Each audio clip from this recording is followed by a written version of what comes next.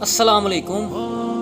زلزلہ جہاں قیامت کی نشانی ہے، اس بات کی نشانی بھی ہے کہ زلزلہ وہاں آتا ہے جہاں برائی ایک حد سے تجاوز کر جاتی ہے اور اللہ پاک کی ناراضگی کا سبب بنتی ہے۔ تو یہ اللہ پاک کی طرف سے ہمارے لیے، خاص کر کے مسلمانوں کے لیے ایک وارننگ ہوتی ہے، ایک تنبیہ ہوتی ہے، جو ہمیں خوش قسمتی سے تھوڑے تھوڑے عرصے کے بعد ملتی رہتی ہے، تاکہ ہم اپنے دل میں خدا کا خوف پیدا کریں اور اہدنا الصراط المستقیم پر آ جائیں۔ لیکن ہم لوگ کیا کرتے ہیں؟ جب کوئی مصیبت ہمارے سر پہ پڑتی ہے اللہ تعالیٰ کی طرف سے، تو ہم لوگ جو ہے کچھ وقت کے لیے ہمارے دل میں ایمان تازہ ہو جاتا ہے، خوف خدا جو ہے وہ اس سے ہمارا دل جو ہے وہ منور ہو جاتا ہے۔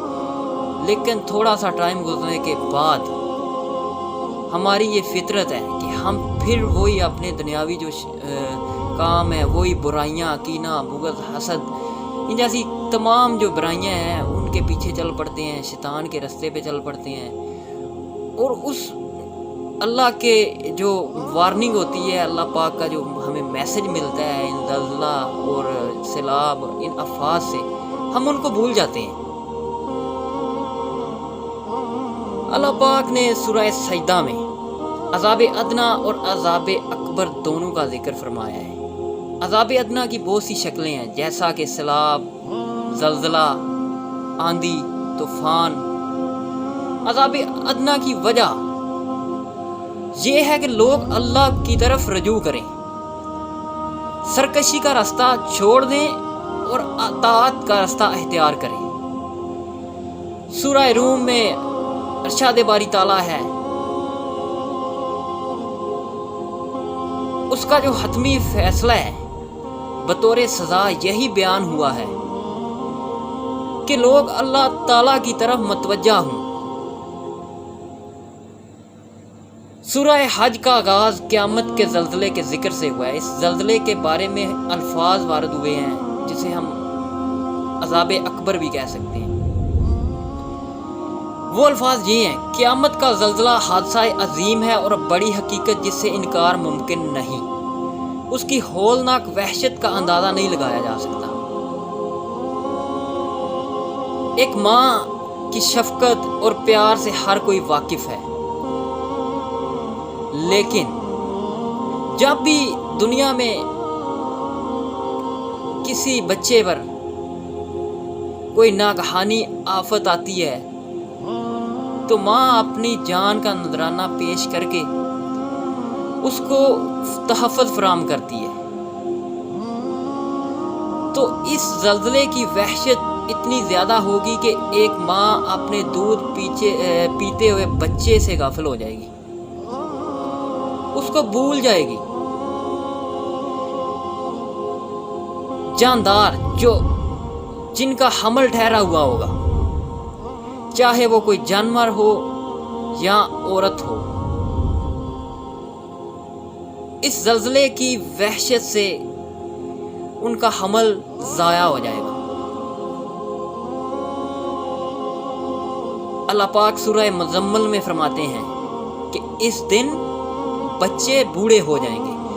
اللہ پاک سورہ زلزال میں فرماتے ہیں کہ جب زمین خوب زور سے ہلا دی جائے گی اور زمین اپنا بوجھ باہر نکال کرے گی اور انسان کہے گا اسے کیا ہو گیا، اس دن وہ اپنی خبر کہہ دے گی کیونکہ تیرے رب نے اسے وحی کی ہوگی۔ اس دن لوگ بکھرے ہوئے نکلیں گے تاکہ انہیں ان کے اعمال کو دکھایا جائے۔ جو ذرا بر بلائی کرتے ہیں اسے دیکھ لے گا اور جو ذرا بر برائی کرتے ہیں وہ اسے دیکھ لے گا۔ اس لیے اللہ پاک نے قرآن مجید میں بار بار زلزلہ، قیامت کے زلزلہ کا ذکر فرمایا ہے۔ سورہ النازعات میں، سورہ مزمل میں، سورہ سجدہ میں، سورہ حج میں، سورہ روم میں اللہ پاک نے زلزلہ کے بارے میں ذکر کیا ہے، جو کہ ہمارے پیارے آقا محمد صلی اللہ علیہ وآلہ وسلم نے کھل کر ہمیں واضح لفظوں میں بیان کر دیا ہے۔ تو بھائی جان ہمارے لیے لمحہ فکریہ ہے کہ ہم قرآن پاک کو پڑھیں اور اللہ پاک کی جو ہمارے لیے تنبیہ ہے زلزلہ کی صورت میں اسے ہم سیکھنے کی کوشش کریں، اہدنا الصراط المستقیم پر آئیں۔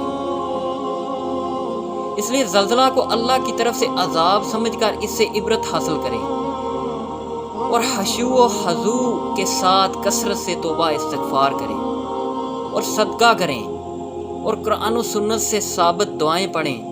سائنسدان زلزلہ کی مختلف وجوہات بیان کرتے ہیں جس کی اپنی علمی افادیت ہے، لیکن ایک مسلمان ہونے کے ناطے ہماری یہ سوچ ہونی چاہیے، ہمارا یہ عقیدہ ہونا چاہیے کہ اصل طاقت و قوت کا سرچشمہ اللہ کی ذات ہے، اسی کے حکم سے یہ تبدیلیاں آتی ہیں۔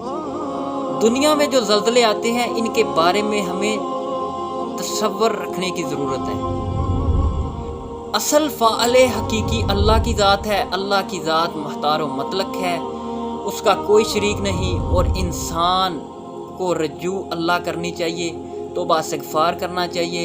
ان زلزلوں کے مشاہدے کے بعد بھی اگر انسان پر خوف خدا طاری نہیں ہوتا تو پھر اسے ہمیں اپنی سنگ دلی کی فکر کرنی چاہیے، اس سنگ دلی کی جسے ہم اپنے دل میں بے جا بحث مباحثے سے پال لیتے ہیں، اور وہ فضول کا بحث مباحثہ ہمارے دل میں جو ہے خوف خدا کو پیدا نہیں ہونے دیتا۔ اگر دنیا میں آنے والے ان زلزلوں سے ہم عبرت حاصل نہیں کرتے تو سوچئے عذاب اکبر سے بچنے کی فکر نہیں کرتے تو ہم بہت بدقسمت بدبخت لوگ ہیں۔ یہ عذاب انسانوں کو جھنجھوڑتے ہیں کہ خدا را ہوش کے ناہن لو، ہوش میں آؤ، عذاب اکبر کی سختی سے بچنے کی تدابیر کرو۔